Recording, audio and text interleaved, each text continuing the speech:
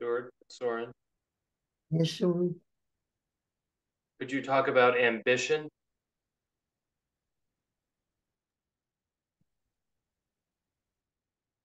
well, I think, ambition is a very healthy thing. Generally it's, ambition to make money, to have some kind of success in the world, that kind of ambition on a horizontal plane. And there's nothing wrong with that. But at the same time, the internalization of one's will, which is really the power force of ambition, to open and develop a chakra system, makes it possible for us to have ambition in the world and not be trapped in the world. We can have success, enormous success, but the success doesn't have us. And it's, really, so ambition to me is a very important thing, that people have a need inside themselves to grow, to open, to, expand their consciousness, to expand their living capacity, that they haven't settled into some stagnant, you know, pool of water in which they live, and that becomes the totality of their life. So ambition is very good, but at the same time, if it's on a horizontal plane, it will literally destroy people. It really sucks the whole life force out of human beings. So it's got to be on both levels, both ambition in the world to succeed. And it's nice to have some money and to live well and with interesting things and travel. And, at the same time, to go deep enough in oneself to connect with spirit so that all of that success in the world doesn't have us. We're not trapped by it. Because most people with ambition are trapped by success. They're prisoners of success.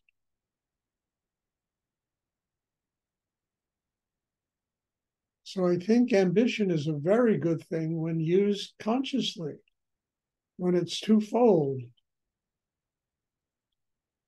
you know, success in the world and success in connecting with God. Both of these things require ambition. What doesn't require ambition is living a stagnant life.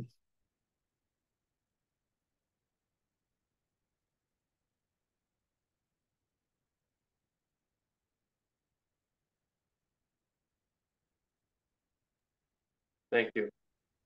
You're welcome. So neither one is negative. They both bring a juicier way of living, you know? But without the inner work, ambition is really dangerous. Then it becomes power, control. People play God, they're right all the time, and those are usually very dangerous people.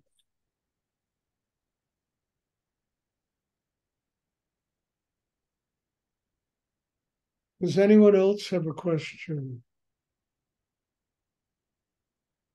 Yeah, Stuart, can you talk about? Whoa, whoa, whoa. Sorry, can you hear me? I hear you. Boy, I really heard you when you started this thing. Just talk in your natural voice, okay? Um, yeah, can you talk about like debt and I guess money in general? I mean, I've just been experiencing such crippling fear of money, and I've heard you talk a bit about getting past that and working You with it and know, not, control you. when I was your age, Ben, I was living in Texas, and I would get myself into outrageous situations, debt. I would, like I went to the bank to get money to build the ashram there. And I asked them for $150,000, which at that time would have done it, and they offered me $75,000, you know, and I said, okay, I'll take it. And I had to pay the bank. We had to pay the bank back. But I made it work. Created something that was pretty magnificent out of what wasn't a lot of money, to do it. And I've had a lot of situations. I mean, I remember when I talked about this a million times, when Rudy came to Texas and I'd been working like 16, 18 hours a day. I set up ashrams all over Texas. I was teaching in prisons. I was teaching in universities. I mean, my God, I was teaching 2 meditation classes a day at the ashram, plus running this kind of funky antique business that I had. And I'm standing on the porch there with Rudy, and he said, "Stuart, you're not working hard enough." So I said to him, "Rudy, what should I do?" He said, "Buy that building." The building was right next to the ashram, and it was a shopping center, a strip mall, a small center. And I said, "Rudy, I have $600 in the bank. What am I, Stuart? Anyone could do it with money." And I'll never forget that as long as it changed my life when he told me that. Within 1 month, I had bought that building, and put myself into debt. But I said, "So what? We'll pay the debt." And I worked my ass off in order to pay off the debt for that building. And, and it was amazing because what happened was I learned through putting myself in that situation, making that kind of demand on myself, I had to go where I could get the energy to do it. And I knew that the only place I could go to get the energy to do it was inside myself and my connection to God and spirit. And I would work every single day to open to that higher force of energy to give me the strength to be able to do that. And so I used it that way. I didn't, "Oh my God, I owe so much money. What am I going to do?"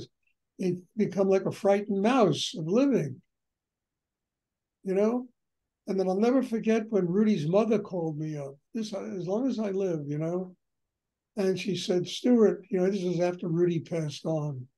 She said, 'How would you like to buy a couple of truckloads of art from me?'" And I said, "Ray, this is Asian art." It was all like Hindu and Buddhist stuff. I said, "Ray, do you know where I live? I live in Denton, Texas. There's like a Baptist community here. They'll probably string me up if I open a gallery selling Buddhas and Shivas and all kinds of." She said, "Think about it." I thought about it for about 10 minutes. And I called her back and I said, "Ray, I'll do it. I'll come to New York and and I put myself in debt for probably $175,000. In today's terms, it's probably $1.5 million that I put myself in debt for Rudy's mother. And I went and I opened up a gallery in Texas, found some clients. I was able to pay my bills, but it wasn't a raving success. But I had all of this art. I had a warehouse full of art.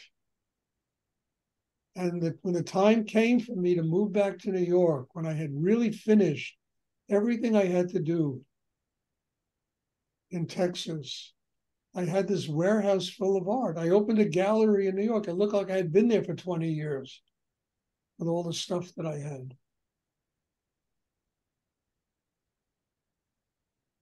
But doing those kind of things took the fear of money out of me. And I just spent a bunch of money this week. I realized I'm not getting enough money from my donations from people. I have to go back into business a little bit. So I bought some actually wonderful art things.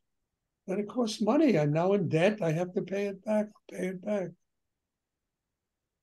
So it takes the fear of this bullshit out of your system. And you go where you have to go in order to get the energy, and that's to God, to live in the world.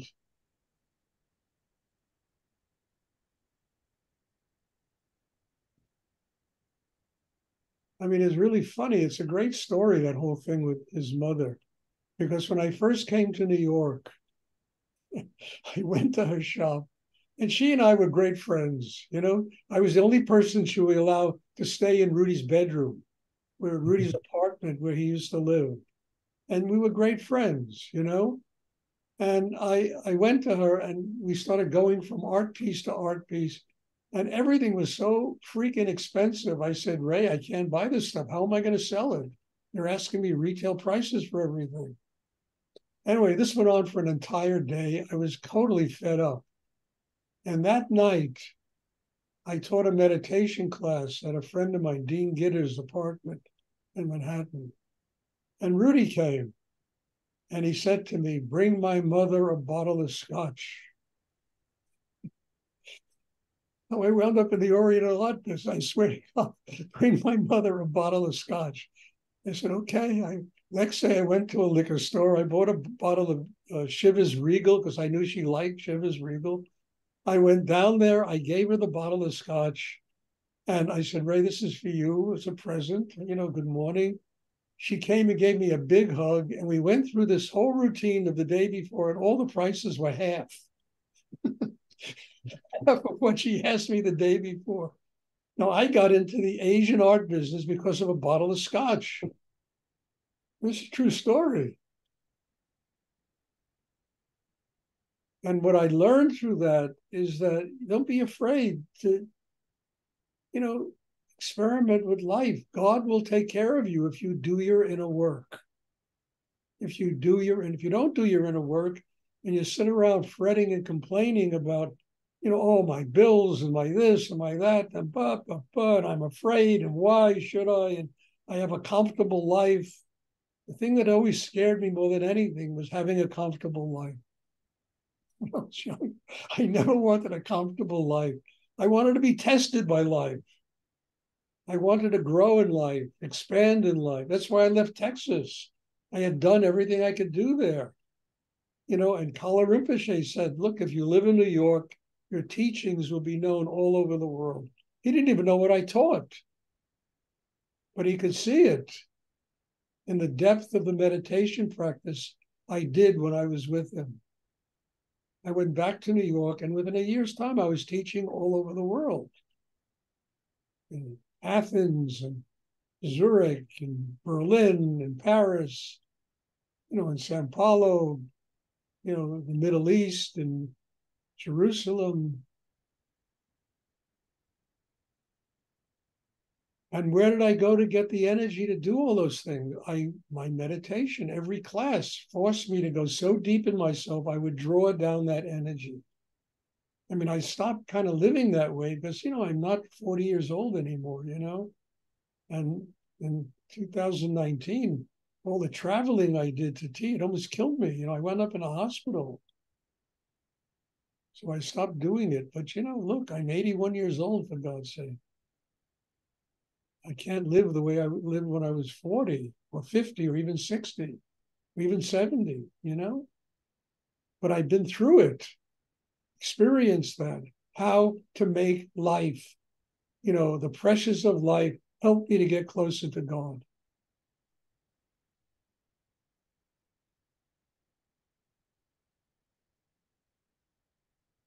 And I think if you're not in debt, in some kind of debt, you're in a lot of trouble. I really believe that. If you don't owe money, it means your life has become stagnant. Thank you, Stuart. You're welcome. Owe money. There's nothing wrong with owing money. Don't get over, bad. But you don't owe $28 million to something. Owe some money that makes you work on yourself and grow. The pressures help you to get closer to God.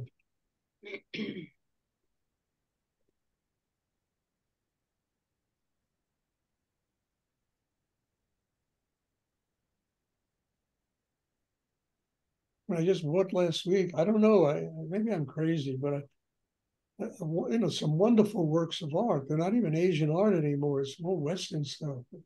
Beautiful things, museum quality things. And I said, Stuart, you're not getting enough money. You got to earn some money. This is the only way you know how to make money. So here I am doing it again. And it's kind of fun. It's great. I like treasure hunting, I really enjoy treasure hunting.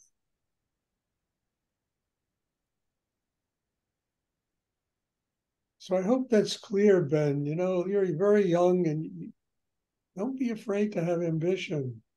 Don't be afraid. Do your inner work and have ambition. Grow. Learn what is being taught. Use it in your life. And remember, Rudy, anyone can do it with money. I'll never forget that. $600 for this building. Anyone could do it with money. And a month later, I bought the freaking building. We had the most successful restaurant in the history of Denton, Texas, in that restaurant. And Bob Sink was the manager running the kitchen. And I mean, God bless him, what a job he had, to run that place. Thank you. I appreciate it. You're welcome, Ben. Happy to see you back in class, really. Really good to be back. Good. Does anyone else have a question they would like to ask?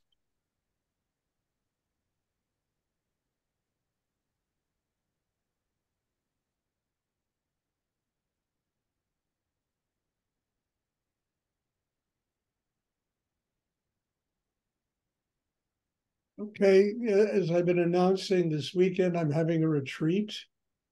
So there'll be no class, on Sunday, either here or in Europe, the Middle East, the daytime class. So God bless you all. And again, thank you for being in my life, and thank you for everything I'm learning in these sessions with you. So God bless you all. Thank you. And I'm looking forward to seeing you all tomorrow night. Night, Stuart. Thank you. Thanks, Thank Stuart. you. Good night. Thank you. Bye. Thank you. You're welcome.